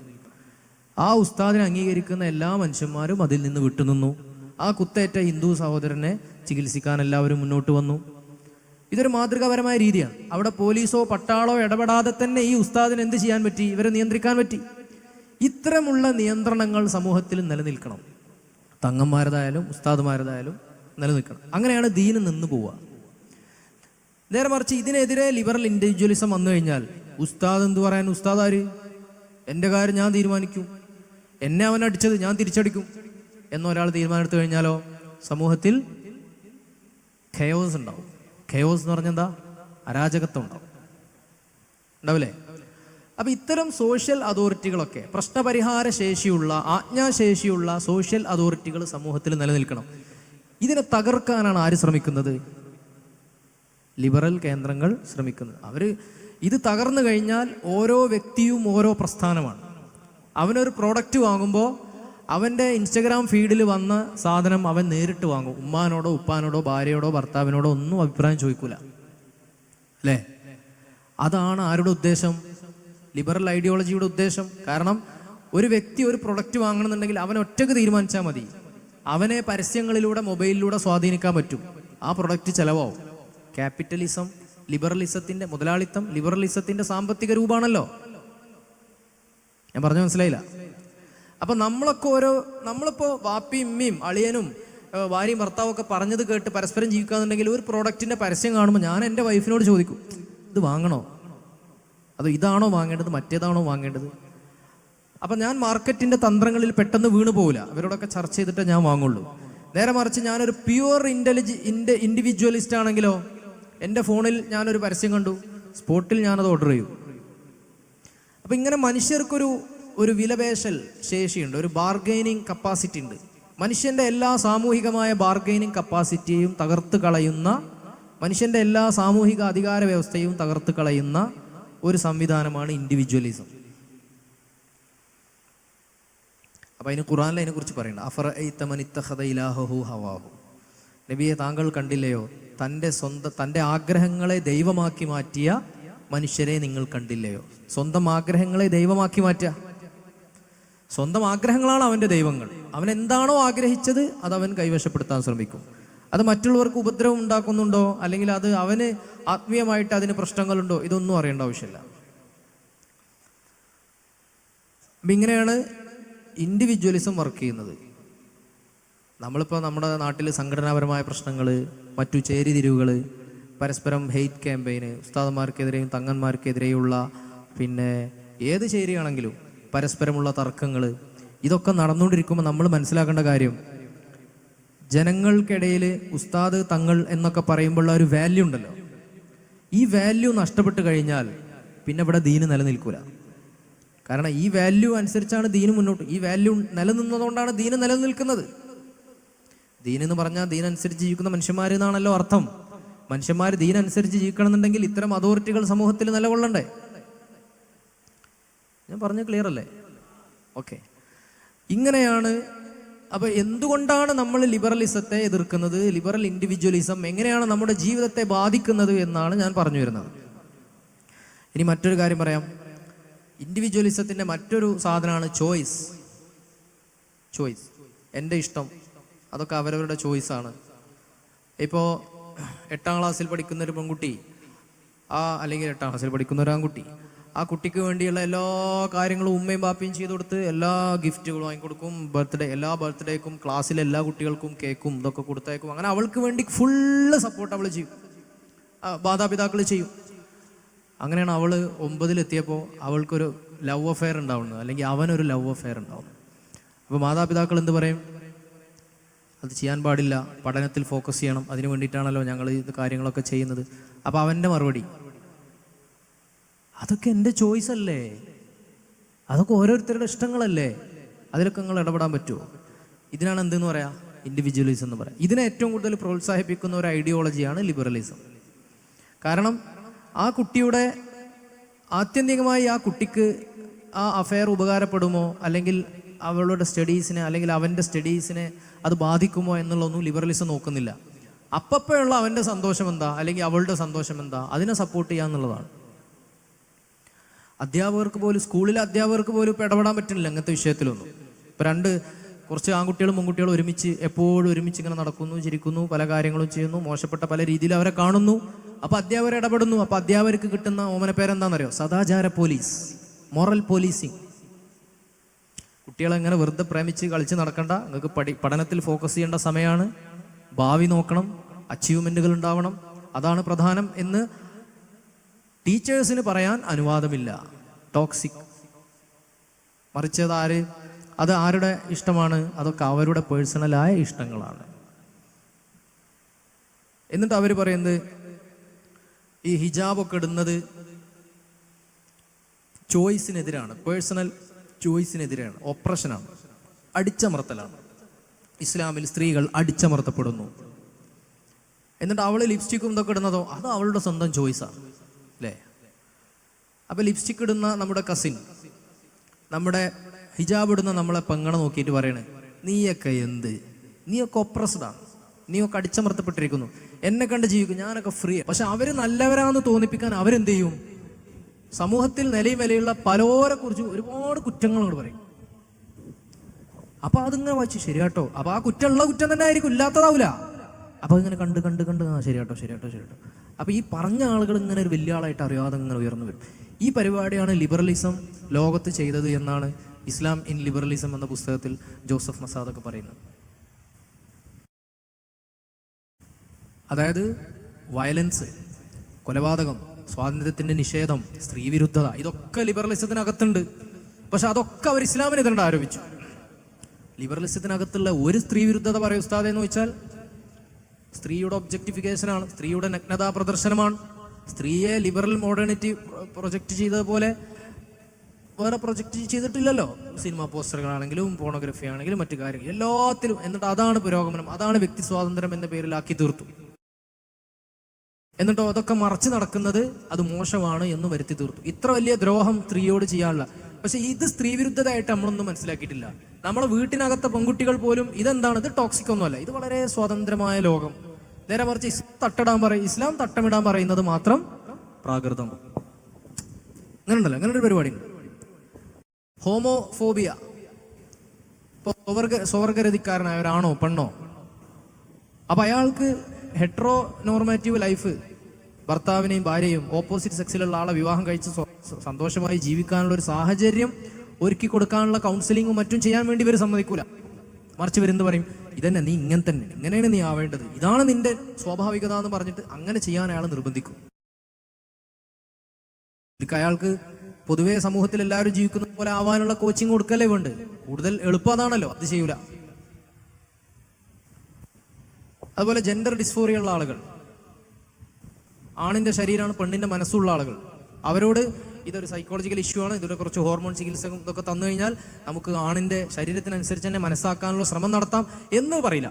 മറിച്ച് പകരം ഇത് നീ ഇങ്ങനെ തന്നെയാണ്, നീ പെണ്ണാണ്, ശരിക്ക് നിന്റെ ശരീരം, നിന്റെ ലിംഗം അതൊന്നും നോക്കണ്ട, നിന്റെ മനസ്സെന്താണ് പറയുന്നത് അതാണ് നീ എന്ന് പറഞ്ഞിട്ട് സർജറി ചെയ്യാൻ പ്രോത്സാഹിപ്പിക്കുകയും ലിംഗമൊക്കെ മുറിച്ച് കളയുകയും ചെയ്യും. എന്നിട്ട് പിന്നെ ആകെ ടെൻഷനായി, പ്രയാസമായി, വേദനയും മറ്റൊക്കെ ആയി ആത്മഹത്യ ചെയ്യുകയും ചെയ്യും. ഇങ്ങനെയാണ്. ഇതൊക്കെ വിരുദ്ധതാണ്. ഇവര് ഹോമോഫോബിക് ഇവരാണ്, പിന്നെ മിസോജീനിസ്റ്റ് ഇവരാണ്, സ്ത്രീ വിരുദ്ധർ ഇവരാണ്, എല്ലാവരാണ്. അതൊക്കെ ഇസ്ലാമിനെ അങ്ങോട്ട് പറഞ്ഞിട്ട് എന്തായി, അവര് നല്ല കുട്ടികളായി. അവര് മീൻസ് ലിബറൽ നെറേറ്റീവ് ഉൽപ്പാദിപ്പിക്കുന്ന ആളുകൾ. അപ്പൊ ഇസ്ലാം ഇല്ലെങ്കിൽ ലിബറലിസം അല്ല. അതാണ് രസം. അത് എഡ്വേർഡ് സൈഡൊക്കെ പറഞ്ഞു. എഡ്വേർഡ് സൈഡ് ഓറിയന്റലിസത്തെ കുറിച്ച് പറയുന്നുണ്ട്. Islam is orient is integral to orientalism എന്ന് പറയുന്നത്. ഇസ്ലാമും അതിന്റെ ഒരു പ്രധാന ഭാഗം എന്നതുപോലെ ജോസഫ് മസാദൊക്കെ പറഞ്ഞത് Islam is integral to liberalism. Liberalism എന്നുള്ള സാധനത്തിന് ജീവിക്കണം എന്നുണ്ടെങ്കിൽ എന്ത് വേണം? ഇസ്ലാമിനെ കുറ്റം പറയണം. ഇതാണ് ലോകത്തുണ്ടായ അനുഭവം. പറഞ്ഞെങ്കിൽ മനസ്സിലാവുണ്ടോ? ഇപ്പോൾ പിന്നെ റഷ്യയിലെ സോവിയറ്റ് യൂണിയനും അമേരിക്കയും തമ്മിലുള്ള ശീതയുദ്ധകാലം ഉണ്ടായല്ലോ. ആ കാലഘട്ടത്തിൽ US എന്ന് ഇറങ്ങുന്ന സിനിമകളിലെ വില്ലന്മാരാരായിരുന്നു? റഷ്യക്കാരായിരുന്നു. കാരണം അവരുടെ ശത്രുക്കൾ അവരാണല്ലോ. കുറച്ച് കാലം കഴിഞ്ഞ് സോവിയറ്റ് യൂണിയൻ തകർന്നതിന് ശേഷം പിന്നെ പാശ്ചാത്യ നാഗരികതയ്ക്ക് ഒരു ശത്രുവിന് ആവശ്യം വന്നു. അങ്ങനെ അവർ കണ്ടെത്തിയ ശത്രുവായിരുന്നു ആര്? 9/11 ശേഷം ഇസ്ലാം. പിന്നീട് വേൾഡ് ട്രേഡ് സെന്റർ അക്രമം, ഇറാനിലെ വിപ്ലവമൊക്കെ നടന്നതിന് ശേഷം മുതൽ തന്നെ വേൾഡ് ട്രേഡ് സെന്റർ അക്രമം നടന്നതിന് ശേഷം പ്രത്യേകിച്ചും ഹോളിവുഡ് സിനിമകളിലെ പ്രധാന വില്ലന്മാരായിരുന്നു താടിയും തൊപ്പിയും തലപ്പാവൊക്കെ ഉള്ള ആളുകളായിരുന്നു. സീരിയസ്ലി അതിനെക്കുറിച്ച് പഠനങ്ങളുണ്ട്. അപ്പം അങ്ങനെ ഒരാൾ റുക്കൂ ചെയ്യും, സുജുജു ചെയ്യും, ഇങ്ങനെ സലാം വീട്ടും, വലൈക്കും അസ്സലാം വലൈക്കും, പിന്നെ ബോംബ് പൊട്ടണം അങ്ങനെ കാണിക്കും. അപ്പോൾ ആളുകൾ ഇത് കണ്ട് റിലേറ്റ് ചെയ്യും. നിസ്കരിക്കുന്ന ആളുകളാണ് ബോംബ് പൊട്ടിക്കുന്നത് എന്നുള്ളൊരു സാധനം റിലേറ്റ് ചെയ്യും. അങ്ങനെ ലോകത്ത് അങ്ങനെ ഒരുപാട് കാര്യങ്ങൾ. ഇങ്ങനെയൊക്കെ ചെയ്യുന്ന ആളുകൾ എന്താണ് ഇസ്ലാമിനെ കുറിച്ച് പറഞ്ഞത്? ഇപ്പോൾ അഫ്ഗാനിസ്ഥാനിൽ മുസ്ലിം പുരുഷന്റെ ആധിപത്യത്തിന് കീഴിൽ പ്രയാസപ്പെട്ടുകൊണ്ടാണ് മുസ്ലിം സ്ത്രീ ജീവിക്കുന്നത്. ആ സ്ത്രീയെ മുസ്ലിമിന്റെ ടോക്സിക് മാസ്കുലിനിറ്റിയിൽ നിന്നും ഒപ്രസീവ് പൗരുഷത്തിൽ നിന്നും അഫ്ഗാനിലെ പെണ്ണിനെ രക്ഷപ്പെടുത്താൻ വേണ്ടിയിട്ടാണ് അഫ്ഗാനിൽ അധിനിവേശം നടത്തുന്നത് എന്നാണ് ജോർജ് ബുഷിന്റെ പെങ്ങൾ പറഞ്ഞത്. അപ്പൊ അത് കേട്ടപ്പോൾ ലോകം മുഴുവൻ വിശ്വസിച്ചു. കാരണം ഇസ്ലാം പറഞ്ഞാൽ വളരെ മോശമാണ്, മുസ്ലിം പുരുഷന്മാർ മുസ്ലിം സ്ത്രീയെ അടിച്ചമർത്തിക്കൊണ്ടിരിക്കുകയാണ്. അഫ്ഗാനിലാണെങ്കിൽ പറയും ഒപ്രസീവ് പൗരുഷത്തിൽ നിന്നും അഫ്ഗാനിലെ പെണ്ണിനെ രക്ഷപ്പെടുത്താൻ വേണ്ടിയിട്ടാണ് അഫ്ഗാനിൽ അധിനിവേശം നടത്തുന്നത് എന്നാണ് ജോർജ് ബുഷിന്റെ പെങ്ങൾ പറഞ്ഞത്. അപ്പൊ അത് കേട്ടപ്പോൾ ലോകം മുഴുവൻ വിശ്വസിച്ചു. കാരണം ഇസ്ലാം പറഞ്ഞാൽ വളരെ മോശമാണ്, മുസ്ലിം പുരുഷന്മാർ മുസ്ലിം സ്ത്രീയെ അടിച്ചമർത്തിക്കൊണ്ടിരിക്കുകയാണ്. അഫ്ഗാനിലാണെങ്കിൽ പറയും വേണ്ട, അവിടെ താലിബാനല്ലേ ഭരിക്കണത്, എന്തായാലും അവിടുത്തെ സ്ത്രീകളുടെ കാര്യം മഹാകഷ്ടമാണ്, അതുകൊണ്ട് അമേരിക്കൻ സൈന്യം കയറിയിട്ട് അവിടുത്തെ അവിടുത്തെ ആണുങ്ങളൊക്കെ കൊന്നോട്ടെ, കുഴപ്പമില്ല, എന്നിട്ടെങ്കിലും അഫ്ഗാനിലെ സ്ത്രീകൾ രക്ഷപ്പെടുമല്ലോ എന്ന മാനസികാവസ്ഥയിലേക്ക് ലോകം മാറി. എന്നിട്ട് അധിനിവേശം നടത്തിയിട്ട് കൊന്നതിൽ 75% ആരായിരുന്നു? അഫ്ഗാനിലെ സ്ത്രീകളും കുട്ടികളും ആയിരുന്നു. ഇതിനാണ് നമ്മൾ ലിബറൽ റെസ്ക്യൂ മിഷൻ എന്ന് പറയുന്നത്. അത് നിങ്ങളൊക്കെ പെണ്ണുങ്ങളെ, മതത്തിൽ ജീവിക്കുന്ന പെണ്ണുങ്ങളെ, നിങ്ങൾ ആ ആണുങ്ങൾ അടിച്ചമർത്തിയിരിക്കുകയാണ്, ഞങ്ങളിതാ രക്ഷപ്പെടുത്താൻ വരുന്നു എന്നുള്ള ആ ഒരു വളരെ ഫേക്കായിട്ടുള്ള ഒരു റെസ്ക്യൂ മിഷൻ. പക്ഷേ അഫ്ഗാനിൽ യുദ്ധം റിപ്പോർട്ട് ചെയ്യാൻ പോയ ഒരു ബ്രിട്ടീഷ് ജേർണലിസ്റ്റ് ഉണ്ട്. ആരാണ്? യുവോൺ റിഡ്ലി അഫ്ഗാനിലെ അവരെ തടവിലിട്ട പോരാളികളുടെ, താലിബാൻകാരായ അല്ലാത്തവരുമായ അവിടുത്തെ ആളുകളോടൊക്കെ ഇടപഴകിയപ്പോൾ വളരെ മാന്യമായിട്ടാണ് യുവോൺ റിഡ്ലിനോട് അവിടുത്തെ ആണുങ്ങൾ പെരുമാറിയത്. അതിൽ ആകൃഷ്ടരായിട്ടാണ് അവർ മുസ്ലിമായത്. അപ്പോൾ അഫ്ഗാനിലെ പുരുഷനാരാ? വെസ്റ്റേൺ മീഡിയ കൊണ്ടുവന്ന അഫ്ഗാനിലെ പുരുഷനാരാ? വളരെ മോശമാണ്, വളരെ ടോക്സിക്കാണ്, വളരെ ഒപ്രസീവാണ്, വളരെ ഡെമോണിക്കാണ്. പക്ഷേ അവിടെ പോയി എല്ലാം കണ്ട് മനസ്സിലാക്കി ഇവർ ഇസ്ലാമിലേക്ക്. ഇവരുടെ ധാരണ വേറെ ആയിരുന്നു. മലാല യൂസുഫ്സായിനെ നമുക്ക് എല്ലാവർക്കും അറിയാം അല്ലേ? മലാല യൂസുഫ്സായി എന്നുള്ള പേര് കേൾക്കാത്ത ഒരുപാടില്ല. പക്ഷെ റേച്ചൽ കോറി എന്നുള്ള പേര് കേട്ടവരെത്ര ആളുണ്ട്? റേച്ചൽ കോറി എത്ര ആളൊന്ന് കൈബുക്കോ? റേച്ചൽ കോറി മോനെ, റേച്ചൽ കോറിനെ കിട്ടണോ? ഇപ്പൊ കൈബുക്കിയ വെറുതെ ആണോ? റേച്ചൽ കോറി എന്ന് പേരിട്ടൊരു കൈബുക്കോ? റേച്ചൽ കോറി എന്ന് പറഞ്ഞാൽ ഒരു അമേരിക്കൻ വനിതയായിരുന്നു. അവർ കൊല്ലപ്പെട്ടത് എങ്ങനെയെന്നറിയോ? ഫലസ്തീനിലെ സാധുക്കളായ മുസ്ലിങ്ങളുടെ വീടുകളൊക്കെ ഇടിച്ചു നിരത്തുന്ന ഒരു ബുൾഡോസറിന് മുന്നിൽ പോയി നിന്നിട്ട് അവിടുത്തെ പട്ടാളക്കാരോട് പറഞ്ഞു, ഇത് മനുഷ്യാവകാശ ലംഘനമാണ്, ഇത് ചെയ്യാൻ പാടില്ല എന്ന് പറഞ്ഞപ്പോൾ ആ അഫ്ഗാനി പട്ടാളക്കാരൻ അതേ ബുൾഡോസർ റേച്ചൽ കോറിയുടെ ശരീരത്തിലൂടെ കയറ്റിയിട്ടാണ് അവളെ കൊന്നത്. ഇത് പാശ്ചാത്യ മീഡിയ ആഘോഷിച്ചിട്ടില്ല. കാരണം അവിടെ വില്ലൻ ഇസ്രായേലി പട്ടാളക്കാരനാണ്, അല്ലാതെ അഫ്ഗാനിലെ മുസ്ലിം അല്ല, അല്ലെങ്കിൽ അറബ് മുസ്ലിം അല്ല. അതുകൊണ്ടാണ് വില്ലൻ മുസ്ലിം ആവുമ്പോൾ അതിൻ്റെ ഇര കൂടുതൽ പ്രൊജക്റ്റ് ചെയ്യപ്പെടും. അതിന് തെളിവാണ് മലാല യൂസുഫ്സായി. ഇത് ലിബറലിസത്തിൻ്റെ എന്താണ്? ഒരു ഹിപ്പോക്രസിയാണ്, കാപട്യം. ഇത്തരം കാപട്യങ്ങൾ തിരിച്ചറിഞ്ഞിട്ട് വേണം നമ്മൾ ഇതിനോട് പ്രതികരിക്കാൻ. മീഡിയ ചില കാര്യങ്ങൾ പറയുന്നു, അത് നമ്മൾ അപ്പടി വിഴുങ്ങാൻ പറ്റൂല. നമ്മളൊക്കെ എത്ര ഫോർവേഡ് മെസ്സേജുകൾ വിഴുങ്ങിയിട്ടാണ് ഇപ്പോൾ ജീവിക്കുന്നത്. ഒരാളെ കുറിച്ച് ഇങ്ങനെ പോസ്റ്റർ വെച്ചിട്ട് ചുറ്റുപുറം നല്ല മഞ്ഞ ബോർഡറൊക്കെ ഇട്ട് അടിയിൽ കറുപ്പ് എഴുത്തൊക്കെ വെച്ചിട്ട് ഒരു സാധനം തള്ളിയാൽ അതങ്ങോട്ട് വിഴുങ്ങണം എല്ലാവരും. സോഷ്യൽ മീഡിയയിലൊക്കെ ഇപ്പം അങ്ങനെയല്ലേ? എത്രയോ മനുഷ്യന്മാരെ കുറിച്ച് ഗീബത്ത് പറയും. ഈ ഫോർവേഡ് ചെയ്ത ആളോട് ഇതെന്താ സംഭവം എന്ന് ചോദിച്ചാൽ ഓനറിയില്ല, എനിക്ക് മറ്റേ ഗ്രൂപ്പിൽ നിന്ന് കിട്ടിയതാന്ന് പറയും. അത്രമേൽ സോഷ്യൽ മീഡിയ വളരെ റോങ് ആയിട്ട് നമ്മിൽ പ്രവർത്തിച്ചുകൊണ്ടിരിക്കണം. മനുഷ്യന്റെ റിയാലിറ്റിയെ ട്വിസ്റ്റ് ചെയ്യുന്നു എന്നുള്ളതാണ്. 10 Arguments for Deleting Your Social Media Accounts Right Now എന്ന് പറഞ്ഞിട്ടൊരു പുസ്തകമുണ്ട്. അമേരിക്കയിൽ ബെസ്റ്റ് സെല്ലറാണ്. നിങ്ങളുടെ സോഷ്യൽ മീഡിയ അക്കൗണ്ടുകൾ ഇപ്പോൾ ഡിലീറ്റ് ചെയ്യണം, അതിനു വേണ്ടിയുള്ള 10 വാദങ്ങൾ. അതവിടെ ബെസ്റ്റ് സെല്ലറായി. കാരണം സോഷ്യൽ മീഡിയയുടെ ആ ഒരു ബാഡ് വശം കൃത്യമായിട്ട് വരച്ചു കാട്ടുന്നൊരു പുസ്തകമായിരുന്നു.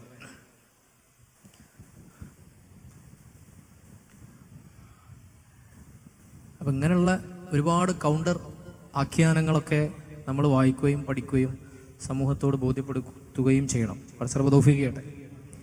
അപ്പം ലിബറലിസത്തിൻ്റെ തിയറിയും ഒന്നുമല്ല ഞാൻ കൂടുതൽ പറഞ്ഞത്. തിയറി കുറച്ചൊക്കെ പറഞ്ഞെങ്കിലും നമ്മുടെ ജീവിതത്തിൽ അതെങ്ങനെ ഇടപെടുന്നു എന്നുള്ളത് വ്യക്തമാക്കുന്ന രീതിയിലാണ് ഞാൻ സംസാരിച്ചത്. അപ്പോഴേ നമുക്ക് അതിൻ്റെ ഗൗരവം മനസ്സിലാവുള്ളൂ. നിങ്ങൾ ഈ കേട്ടത് നിങ്ങൾ നോട്ടാക്കി മാറ്റണം. ഇതിനെ നിങ്ങൾ ഡെവലപ്പ് ചെയ്യണം. ഡെവലപ്പ് ചെയ്തിട്ട് കൂടുതൽ പോയിന്റ് നിങ്ങൾ കളക്ട് ചെയ്യണം. എന്നിട്ട് അത് മറ്റുള്ളവർക്ക് ഷെയർ ചെയ്യുകയൊക്കെ വേണം. ഇപ്പം നിങ്ങൾ കല്യാണത്തിനൊക്കെ വന്ന മാതിരി വന്നിക്കാണ്, നോട്ടൊന്നുമില്ലാതെ എല്ലാവരും ഫുൾ പെർഫെക്റ്റ് ആയിട്ട് പോക്കറ്റിൽ ഫോണൊക്കെ വെച്ച് റെക്കോർഡ് ചെയ്യുന്ന ലാഘവത്തിലാണ് നിങ്ങൾ ഇരിക്കുന്നത്. ഇപ്പം നിങ്ങളിതൊക്കെ കേൾക്കും. ഇന്ന് ഉച്ചക്ക് ബിരിയാണി കഴിക്കുന്നതോടുകൂടി നിങ്ങളത് മറക്കും. അപ്പം അങ്ങനെ മറക്കരുത്. നിങ്ങളെ കൂട്ടത്തിൽ പഠനശേഷിയും വിശകലന ശേഷിയുള്ള ആളുകൾ ഈ പറഞ്ഞതൊക്കെ നോട്ടാക്കണം. നോട്ടാക്കിയിട്ട് അതിനെക്കുറിച്ച് ചിന്തിക്കണം. എന്നിട്ട് പുതിയ സാധനങ്ങൾ വായിക്കുമ്പോൾ ഇതുമായി കണക്ട് ചെയ്യണം. എന്നിട്ട് പുതിയ നോളജ് നിങ്ങൾ ഡെവലപ്പ് ചെയ്യണം. എന്നാലേ അടുത്ത തലമുറയോട് നിങ്ങൾക്ക് ഇത് പറയാൻ പറ്റുമോ. കുറച്ച് നോക്കിക്കട്ടെ. അസ്സലാമു അലൈക്കും. എല്ലാവരും ഒന്ന് എണീറ്റ് നിൽക്കോ.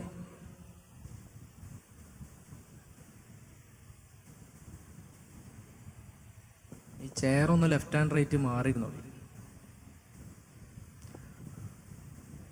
അയ്യോ, ആ വലത്തോട്ട് നിന്ന ആള് ഇടത്തോട്ട് നിർത്തിച്ച് വലത്തോട്ട് മാറിയാൽ മതി. വലിയ പ്രശ്നമൊന്നുമില്ല. മാഷാ അല്ലാഹ്. ഇനി വേണമെങ്കിൽ ഈ ഭാഗം തന്നെ മാറി നിൽക്കട്ടോ, അതിനും കുഴപ്പമില്ല. ചളി ഉണ്ട് അല്ലേ? It's okay.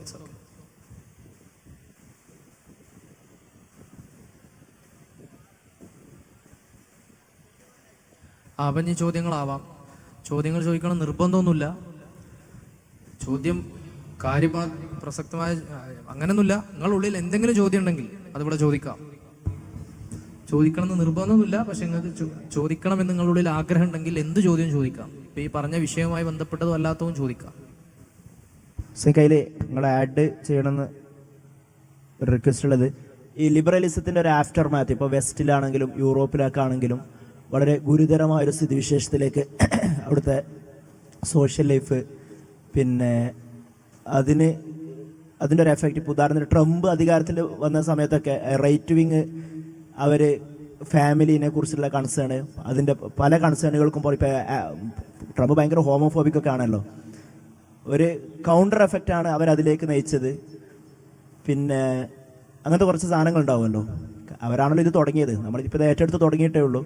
അപ്പോൾ അവരത് അതിൻ്റെ വേറൊരു എൻഡിലേക്ക് എത്തി എന്നുള്ള അതൊന്ന് പറഞ്ഞാലൊന്ന് ബെറ്റർ. സ്വാഭാവികമായിട്ടും ലിബറലിസത്തിനെതിരെ ഒരു റൈറ്റ് വിങ് ശരിക്കും ഇസ്ലാം വേറെ തന്നെയാണ് അതിനെക്കുറിച്ച് പറയുന്നത്. റൈറ്റ് വിങ് പറയുന്നത് പോലെയല്ല. ഇപ്പോൾ വെസ്റ്റിൽ ലിബറൽ ഇൻഡിവിജ്വലിസത്തിനെതിരെ റൈറ്റ് വിങ് പൊളിറ്റിക്സ് എന്ത് നേടിയിട്ടുണ്ട്. ഇപ്പോൾ കുറച്ചും കൂടെ പ്രചാരം, ഇപ്പോൾ അധികാരത്തിലൊക്കെ പുതിയതായിട്ട് ട്രംപ് വന്നു. ഇനിയിപ്പോൾ ട്രംപിൻ്റെ സാന്നിധ്യം ഇല്ലെങ്കിൽ പോലും സ്വാഭാവികമായിട്ടും അമേരിക്കൻ സമൂഹങ്ങളിൽ സേവ് ഫാമിലി മൂവ്മെൻറ്റുകളൊക്കെ ഉണ്ടായി വന്നിട്ടുണ്ട്. സേവ് ഫാമിലി മൂവ്മെൻറ്റുകൾ. അപ്പോൾ എന്തിനാണ് സേവ് ഫാമിലി മൂവ്മെൻറ്റ്? അതായത് ഇവർ ചോയ്സും ഫ്രീഡം ഒക്കെ പറഞ്ഞിട്ട് ആർക്കും ആരോടും സെക്സ് ആവാം, കുടുംബ ബന്ധങ്ങൾ പാലിക്കണമെന്നില്ല, ആർക്കും എപ്പോഴും ആരോട് ബന്ധപ്പെടാം എന്നൊക്കെ പറഞ്ഞപ്പോൾ വാപ്പല്ലാത്ത കുറേ മക്കളുണ്ടായി. അപ്പം അതിനെക്കുറിച്ച് അമേരിക്കയിൽ തന്നെ പുസ്തകങ്ങളൊക്കെ വന്നു. ഫാദർലെസ് അമേരിക്ക എന്നൊരു പുസ്തകമുണ്ട്. ഡേവിഡ് ബ്ലാങ്കൻഹോൺ എഴുതിയ ഇൻസ്റ്റിറ്റ്യൂട്ട് ഓഫ് അമേരിക്കൻ വാല്യൂസ് എന്നുള്ള സ്ഥാപനത്തിൻ്റെ ഹെഡാണ് അദ്ദേഹം. അപ്പോൾ വാപ്പല്ലാത്ത ഒരുപാട് മക്കളുണ്ടായി. കാരണം വാപ്പ അമ്മ ഫാമിലി അങ്ങനെയൊന്നുമില്ല, ഒക്കെ വ്യത്യസ്തമായി ഓരോരുത്തരും അവനവൻ്റെ ഇഷ്ടങ്ങളാണ്. ആരോടും എന്ത് ചെയ്യാം, ആരോടും കൂട്ടുകൂടാം, ഒരുമിച്ച് ജീവിക്കാം, കുറച്ചു കാലം കഴിഞ്ഞാൽ വേറെ ആളോട് ഒരുമിച്ച് ജീവിക്കാം. അങ്ങനെ ഈ ഉണ്ടായ മക്കളൊക്കെ ക്രൈം റേറ്റ് നോക്കുമ്പോൾ വാപ്പല്ലാതെ വളർന്ന മക്കളാണ് ഏറ്റവും കൂടുതൽ ക്രൈമിൽ ഏർപ്പെടുന്നത് എന്ന് അമേരിക്കയിൽ നിന്ന് റിപ്പോർട്ടൊക്കെ വന്നു. ആ റിപ്പോർട്ടൊക്കെ അദ്ദേഹം ഇതിൽ പരാമർശിക്കുന്നുണ്ട് ഈ ഫാദർലെസ് അമേരിക്ക എന്നുള്ള പുസ്തകത്തിൽ. അപ്പം ഇങ്ങനെ ഇൻഡിവിജ്വൽ റൈറ്റ്സ് എന്ന് പറയുകയില്ല, ഇൻഡിവിജ്വലിസത്തെ കൂടുതൽ പ്രോത്സാഹിപ്പിച്ചപ്പോൾ അത് കുടുംബത്തിൻ്റെ തകർച്ചയിലേക്ക് നയിക്കുകയും അത് അമേരിക്കൻ സമൂഹങ്ങൾ മനസ്സിലാക്കുകയും പല ആളുകളും സേവ് ഫാമിലി മൂവ്മെൻറ്റുകളുമായി രംഗത്ത് വരികയും ചെയ്തു. അപ്പോൾ അതിനെ മുതലെടുത്തിട്ടാണ് ഇപ്പോൾ ട്രംപും ഒക്കെ വന്നിട്ടുള്ളത്. ഇപ്പം നമ്മുടെ നാട്ടിൽ തന്നെ ഇപ്പോൾ പിന്നെ പാർക്കിലും ബീച്ചിലൊക്കെ ഇരുന്നിട്ട് വളരെ ഫ്രീ ആയിട്ട് സംസാരിച്ചുകൊണ്ടിരിക്കുന്ന ആണുങ്ങളെയും പെണ്ണുങ്ങളൊക്കെ കൈകാര്യം ചെയ്യുന്ന ആളുകളായിട്ട് പോലീസുമാരല്ലാതെ കൈകാര്യം ചെയ്യുന്നത് മുമ്പ് ഇവിടുത്തെ ഹിന്ദു തീവ്ര ഗ്രൂപ്പുകളൊക്കെ ഉണ്ടായിരുന്നു. അങ്ങനെ പ്രശ്നങ്ങളൊക്കെ ഉണ്ടായിരുന്നു. അത് അവരുടെ എത്തിക്സ് അങ്ങനെ ആയതുകൊണ്ടാണ്. നമ്മുടെ എത്തിക്സും അതിനെതിരാണ്. പക്ഷേ നമ്മുടെ എത്തിക്സ് അങ്ങനെയല്ല അതിൽ ഇടപെടുക, വേറെ രീതിയിലാണ് ഇടപെടുക. അവരെ സംസ്കരിക്കുക, അവരെ സ്വാധീനിക്കുക, അല്ലാതെ പാർക്കിലിരിക്കുന്ന കപ്പിൾസിനെ അടിച്ചു ഓടിക്കുക എന്നുള്ളതല്ല നമ്മളെ രീതി, നമ്മളെ ശൈലി. നമ്മളെതിരാണ്, തത്വത്തിൽ നമ്മളും അതിനെതിരാണ്. പക്ഷേ നമ്മുടെ ശൈലി വ്യത്യസ്തമാണ് എന്നേ പറയാൻ കഴിയുള്ളൂ. യഥാർത്ഥത്തിൽ ഈ പ്രൊട്ടസ്റ്റന്റ് ലിബറൽ ആയ ഒരു ക്രിസ്ത്യാനിറ്റി അങ്ങനെ ഒരു ബെൽറ്റ് ലോകത്തുണ്ട്. കാത്തോലിസിസമാണ് ലിബറലിസത്തിനെ വല്ലാതെ ഉണർന്നിട്ടുള്ളത്. വെസ്റ്റിലെ കാത്തോലിക് ക്രിസ്ത്യാനിറ്റി പള്ളികളൊക്കെ ഇപ്പോൾ ആർക്കും വേണ്ടാതായി. അത് മ്യൂസിയങ്ങളും, ക്രിസ്ത്യൻ പള്ളികളും ചർച്ചുകളും ആർക്കും വേണ്ടാതായി. അത് മ്യൂസിയങ്ങളും മുസ്ലിങ്ങൾക്ക് വിറ്റ് മുസ്ലിം പള്ളികളുമായി തീർന്നു. അവിടെയുള്ള ആളുകളൊക്കെ മതം കൈയൊഴിഞ്ഞു. പക്ഷെ റഷ്യ നേരെ ഡിഫറൻസ്. അവിടെ ഓർത്തഡോക്സ് ക്രിസ്ത്യാനിറ്റി ഉള്ളത്. അവർ ഈ വെസ്റ്റേൺ ലിബറലിസത്തിനെതിരാണ്. അവരെ അതിനെ വേറെ രീതിയിലാണ് കാണുന്നത്. പുടിൻ ഇതിനെതിരാണ്, വെസ്റ്റേൺ ലിബറൽ കാഴ്ചപ്പാടിനെതിരാണ് പുടിൻ്റെ കഴിഞ്ഞ സ്ഥാനമേറ്റ ഉടനുള്ള പ്രസംഗമൊക്കെ ഉണ്ടായിരുന്നു. അത് കറക്റ്റ്, വളരെ ഐഡിയോളജിക്കലായിട്ട് ലിബറലിസത്തെ നന്നായിട്ട് കണക്കിന് വിമർശിക്കുന്ന പ്രസംഗങ്ങൾ അതിലുണ്ടായിട്ടുണ്ടായിരുന്നു. അപ്പോൾ നമ്മളൊരിക്കലും ട്രംപ് പോയ വഴിയെ അല്ല നമ്മൾ പോവുക. നമുക്ക് നമ്മുടേതായ നിലപാട് അതിലുണ്ട്.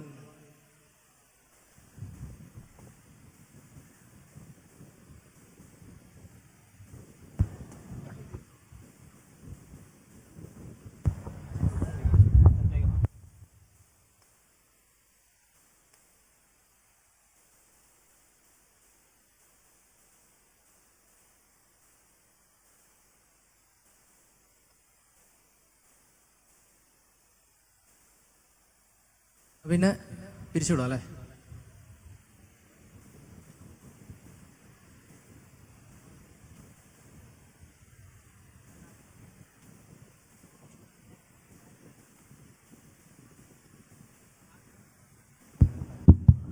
ഈ ലിബറലിസത്തിൻ്റെ പൊളിറ്റിക്കൽ ആശയമല്ലേ സെക്യുലറിസം. അപ്പോൾ ഞാൻ ഈ സെക്യുലറിസത്തിൻ്റെ കുറേ പുസ്തകത്തിൽ വ്യത്യസ്തമായ ഡെഫിനിഷനാണ് കണ്ടത്. അതിലൊരു വ്യത്യസ്തമായ ഡെഫിനിഷനാണ് ഞാൻ അത്താസിന് കണ്ടത്, ഇസ്ലാം ആൻഡ് സെക്യുലറിസം. അതിൽ അദ്ദേഹം പറയുന്നത് secularism is deliverance from religion and metaphysical control over reason and language. അപ്പോൾ ഈ മൂപ്പറി metaphysical control over reason and language കൊണ്ട് എന്താണ് ഈ സെക്യുലറിസം ഉദ്ദേശിച്ചത്?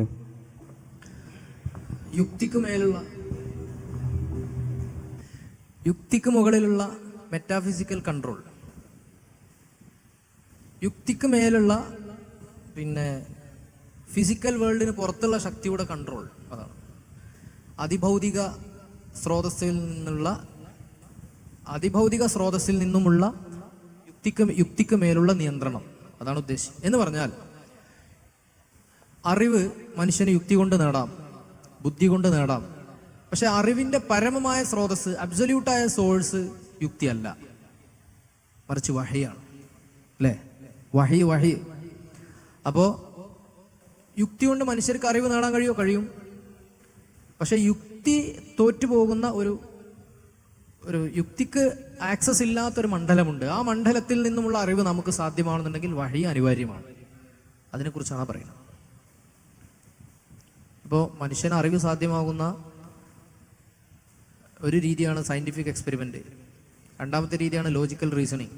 മൂന്നാമത്തെ രീതിയാണ് ഖബർ സ്വാദിഖ്, ടെസ്റ്റിമോണിയൽ നോളജ്. ഈ മൂന്നാമത്തെ രീതിയെക്കുറിച്ചാണ് പറയുന്നത്. അതായത് വിശ്വസ്തനായ നബി സല്ലല്ലാഹു അലൈഹി വസല്ലം വഴി വന്ന വഹി. ഇപ്പോൾ സ്വർഗം, നരകം ഇങ്ങനെയുള്ള വിഷയങ്ങളെക്കുറിച്ചൊന്നും മനുഷ്യൻ്റെ എക്സിസ്റ്റൻഷ്യൽ ക്വസ്റ്റ്യങ്ങൾക്ക് യുക്തി കൊണ്ട് ഉത്തരം കിട്ടൂല. ഇപ്പോൾ ഹംസ ആൻഡ്രിയാസ് സോർസിസ് അദ്ദേഹത്തിൻ്റെ ഡിവൈൻ റിയാലിറ്റി എന്നുള്ള പുസ്തകത്തിൽ പറയുന്നുണ്ട്, ഒരു മനുഷ്യൻ ഒരു എയർക്രാഫ്റ്റിൽ ഇരിക്കുകയാണ്, എയറോപ്ലെയിനിൽ ഇരിക്കുകയാണ്. പെട്ടെന്ന് അയാൾ ഞെട്ടി ഉണർന്നപ്പോൾ അദ്ദേഹത്തിന് മനസ്സിലായി എന്ത്, തന്നെ ആരോ മയക്കി കിടത്തിയതാണ്, സെഡേറ്റ് ചെയ്തിട്ട് അവിടെ ഇട്ടതാണ്.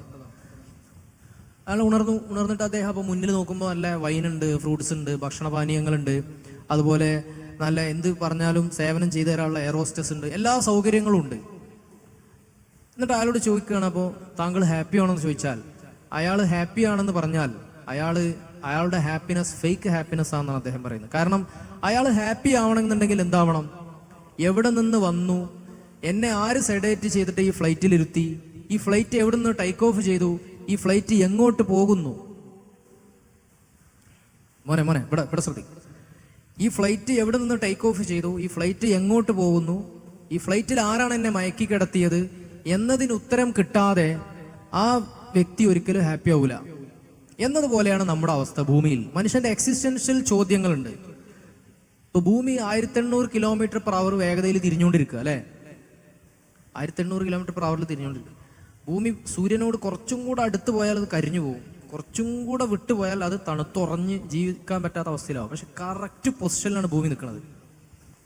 ഭൂമി 1800 km/h തിരിയുന്നു, അത് 3600 ആക്കി കഴിഞ്ഞാൽ നമ്മുടെ പിന്നെ ഒരു ദിവസം 24 മണിക്കൂർ മാറിയിട്ട് 12 മണിക്കൂറായി മാറും. അത് ഭൂമി 1800 km/h കുറച്ച് 900 ആക്കി കഴിഞ്ഞാലോ അപ്പം നമ്മുടെ ഒരു ദിവസം 48 മണിക്കൂറാവും. അപ്പൊ ഈ ഒരു കൃത്യമായ പൊസിഷനിൽ ഈ ഭൂമി തിരിഞ്ഞുകൊണ്ടിരിക്കുകയാണ്. ആരാണ് എന്നെ ഈ ഭൂമിയിൽ കൊണ്ടുവന്നിട്ടത്, എന്തിനാണ് എന്നെ ഇങ്ങോട്ട് കൊണ്ടുവന്നത്, ഇനി ഞാൻ എങ്ങോട്ടാണ് പോകേണ്ടത് എന്നുള്ളത് മനുഷ്യന്റെ എക്സിസ്റ്റൻഷ്യൽ ചോദ്യങ്ങളാണ്. ഈ ചോദ്യത്തിന് യുക്തി കൊണ്ട് മറുപടി കിട്ടുമോ? അപ്പൊ ആഖിറത്തിനെ കുറിച്ചും പിന്നെ ഭൂമിയിൽ ദൈവത്തിന്റെ പ്രതിപുരുഷനായിട്ടാണ്, വൈസ്ജറന്റായിട്ട്, ഖലീഫയായിട്ടാണ് മനുഷ്യനെ ഇങ്ങോട്ട് ഇറക്കിയിട്ടുള്ളത്. മനുഷ്യൻ ഇവിടെ നീതി പാലിക്കണം, സത്യസന്ധത നടപ്പാക്കണം, നീതി നടപ്പാക്കണം. ഇതൊക്കെ ചെയ്തിട്ട് മനുഷ്യൻ തിരിച്ചു പോകാനുള്ളത് ആത്മാവുകളുടെ ലോകത്തേക്കായ റബ്ബിന്റെ അടുത്തേക്കാണ് മനുഷ്യൻ തിരിച്ചു പോകാനുള്ളത്. ഇതാണ് മനുഷ്യന്റെ ജീവിതത്തിന്റെ പർപ്പസ്. അത് കൈകാര്യം ചെയ്യുന്ന ആളുകൾക്കനുസരിച്ച് സയൻസിന്റെ എത്തിക്സ് അങ്ങോട്ടും ഇങ്ങോട്ടും മാറും. സെക്സും ജെൻഡറും എന്താണ് വ്യത്യാസം എന്നാണ് പറഞ്ഞത്. സെക്സ് എന്ന് പറഞ്ഞാൽ നമ്മളെ ബയോളജിക്കൽ സെക്സ് ആണ്.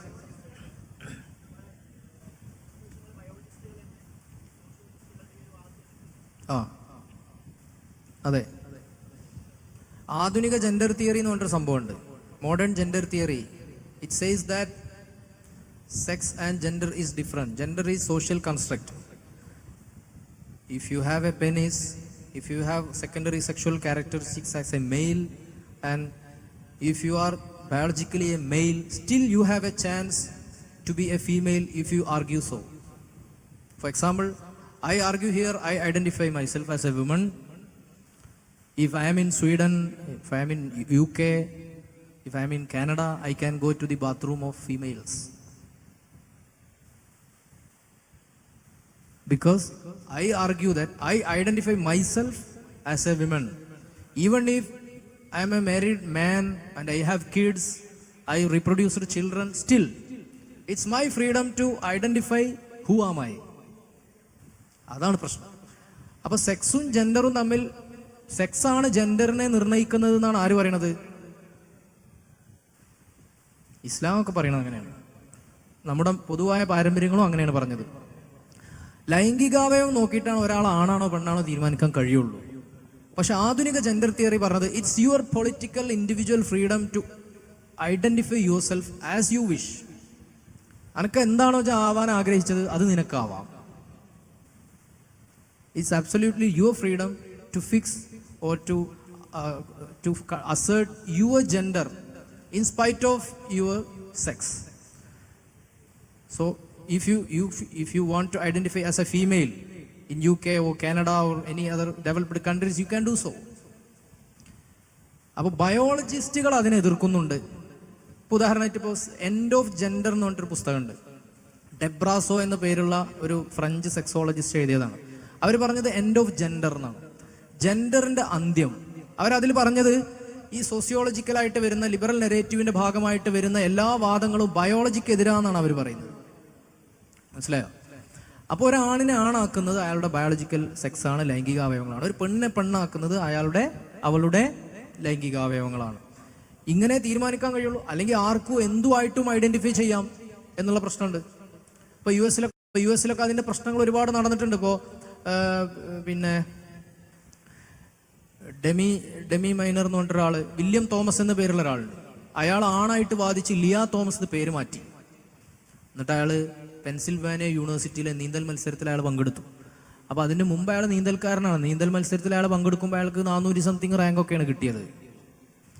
പക്ഷെ അയാൾ പെണ്ണാന്ന് വാദിച്ചിട്ട് പെണ്ണുങ്ങളെ നീന്തൽ മത്സരത്തിൽ പങ്കെടുത്തിട്ട് അയാൾക്ക് 1ാം സ്ഥാനം കിട്ടി. അപ്പം ഇയാൾ ആണാണ്, ഇയാൾ ബയോളജിക്കലി ആണാണ്. ഇത് ഇറ്റ് ഹാപ്പൻ. അത് ഒരുപാട് regularly it happens in the west. Demi minor എന്ന് പേരുള്ള ഒരാൾ, അയാൾ എന്തായിരുന്നു, പിന്നെ അയാളൊരു കൊലക്കുറ്റത്തിന് ജയിലിലിട്ടു. അയാൾ പെണ്ണായിട്ട് വാദിക്കുന്ന ആളാണ്. അയാളെ പെണ്ണുങ്ങളെ സെല്ലിലട്ടത്. അങ്ങനെ ഒരു 5-6 മാസത്തിന് ശേഷം ന്യൂസ് വന്നു, the incarcerated transgender impregnated 2 ladies. തടവിലിടപ്പെട്ട ട്രാൻസ്ജെൻഡർ 2 പെണ്ണുങ്ങളെ ഗർഭിണികളാക്കി. അങ്ങനെ അയാൾ ആണുങ്ങളെ സെല്ലിക്കന്നെ മാറ്റി. അതുപോലെ സ്റ്റെഫോനി എന്ന് പറഞ്ഞൊരാളുണ്ട്, പേരുള്ള ഒരാളുണ്ട്. 46-ാം വയസ്സിൽ അയാളെ ഭാര്യനോട് അയാൾ പറഞ്ഞു, എന്ത്, I identify myself as A 9 years old girl. 46 വയസ്സുള്ള ആളാണ്. ഭാര്യ പറഞ്ഞു, നിങ്ങൾ എന്ത് വർത്താനാണ് പറയണം, നമുക്ക് 4-5 പിള്ളേരില്ലേ, നിങ്ങൾ എൻ്റെ കെട്ടിയവനായിട്ടും എൻ്റെ കുട്ടികളെ വാപ്പയായിട്ടും നിങ്ങൾ ഇവിടെ നിൽക്കണം. അയാൾ പറഞ്ഞു, അയാൾ ആ നാട്ടിലെ പുരോഗമനവാദികളെ SFIക്കാരൊക്കെ അയാൾ ആനയിച്ച് കൊണ്ടുപോയി, സിന്ദാബാദ്, freedom of choice, my body my right എന്നൊക്കെ പറഞ്ഞ അയാളെ കൊണ്ടുപോയി. എന്നിട്ട് അയാൾ അങ്ങനെ ഇരിക്കണ ഒരു ചിത്രമുണ്ട്.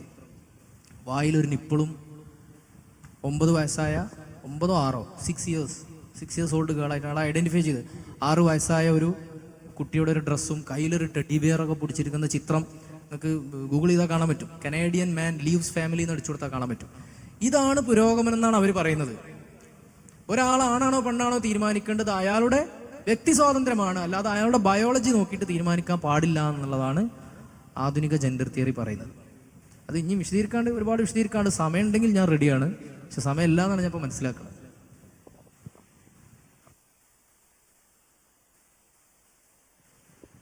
ഇതിന് കൂട്ടത്തിൽ പറയാനുള്ളത്, ജെൻഡർ ഡിസ്ഫോറിയ എന്ന് പറഞ്ഞിട്ടൊരു അസുഖമുള്ള മനുഷ്യന്മാരുണ്ട്.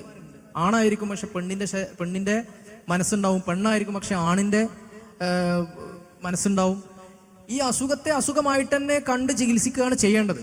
പക്ഷെ ആ അസുഖം മാറ്റാനുള്ള ഫിസിയോളജിക്കൽ സൈക്കോളജിക്കൽ ചികിത്സയൊന്നും നടത്താൻ ഈ LGBTQ ആക്ടിവിസ്റ്റുകൾ സമ്മതിക്കൂല.